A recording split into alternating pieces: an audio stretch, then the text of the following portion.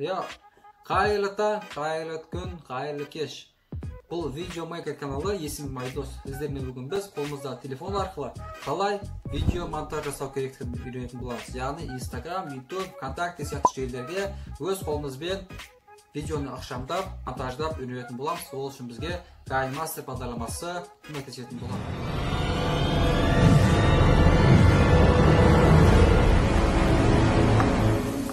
KineMaster бағдарламасы мүмкіншілігі өте керемет бағдарламаның. Ал кеттік, ендеше бастаймыз. Плюсті басып, мына жерде біз формат таңдаймыз. Яғни көлденең YouTube'ға, не болмаса Instagram'ға, лентаға, сториске деген сияқты. Біз бүгін сол жақтағы YouTube форматын таңдайтын боламыз. Мына жерде бізде жұмыс тақтасы, бұл жерде түрлі құралдар керекті бар. Ендеше бастайтын болсақ, мультимедиа бізде керекті файлды аламыз. Керекті файл алдына дайындалып қойылған. Біз сол видеоны аламыз. Міне біз алдық. Келесі бұл Әбілхан Қастеев музейі. Сонда мен бұны алдын ала жасаған ролик, соны бүгін кесіп KineMaster бағдарламасы қандай мүмкіншіліктер екенін сіздерге көрсететін боламын. Кеттік ендеше. Міне мысалы біз мына кадрдан кейін келесі кадр ауысады. Осы кадрдың арасын біз кесеміз. Оны қалай кесеміз? Осылай әкеп қойып аламыз. Сосын видеоның үстін басамыз, осылай ерекшеленіп белгіленетін болады. Бұл жерде айттым ғой сіздерге, мүмкіншілік өте көп. Мен сіздерге толық көрсетпей қояйын. Керегін өздеріңіз қарап аларсыздар. Қайшы мына жерде кесетін, қайшын басамыз. Мына жерге назар аударыңыздар. Бізде кесу сол жағыма немесе оң жағыма, соны сұрап тұр. Немесе тек кесумен. Сол осыларды қарап аламыз, осыларға мұқият назар аударыңыздар. Себебі сіздерде видеоның басқа жағы кесіліп кетуі мүмкін. Біз тек екіге бөлеміз. Екіге бөліп алдық. Арасын кесіп бөліп алдық. Так, мұнда екіге бөліп алдық. Енді мына жерден бір қиямыз. Келесі кадр ауысатын жерден тағы бір қайық дейміз. Әкеліп тұсына әкеліп аламыз. Әкеліп алдық. Енді үстен басамыз. Бір түртеміз. Мына осында белгіленеді.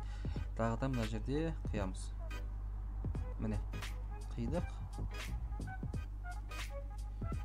Енді бізден арасында переход деген болады. Екі видеоның арасында переход.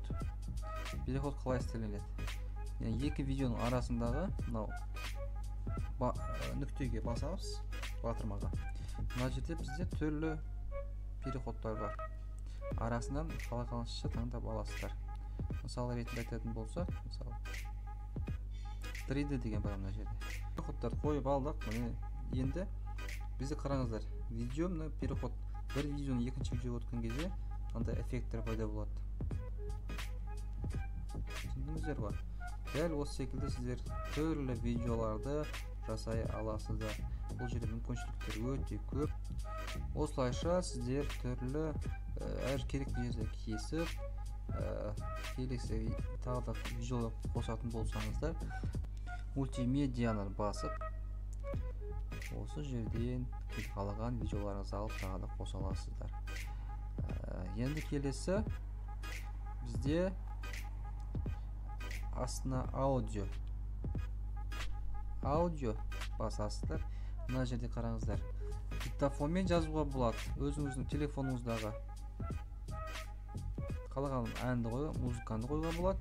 Не болмаса KineMaster бағдарламасының өзінің ұсынған бағдарламаларын қоюға болады. Мысалы ретінде осы музыканы қояйық деп. Мына жерде плюсті басып қоя аласыздар. Қалаған жерге жылдырып, басына басталатын алып қоя аласыздар. келесі слой. Слойды басып, бізде мұның түрлі инструменттер бар. Мына жерде текст жазуға болады, түрлі үстінен қойып. Одан бөлек қалаған мына жерде инструменттерді кіріп, қарап көрсеңіздер болады.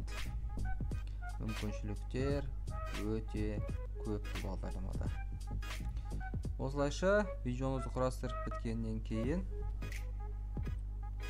қалай сақтаймыз?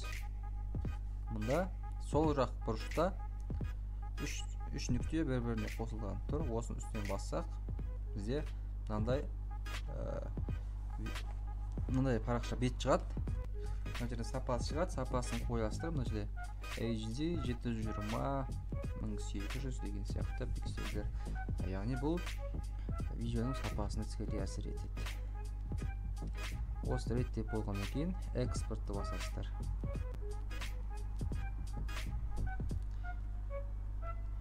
Экспортты басқаннан кейін осылай видеомыз біздің сақталады. Сақталып болғаннан кейін сіздер видеоны толықтай көре аласыздар және түрлі платформаларға сала аласыздар. KineMaster бағдарламасы бүгінгі шығарылымда KineMaster бағдарламасы барлықтарыңызға сәттілік.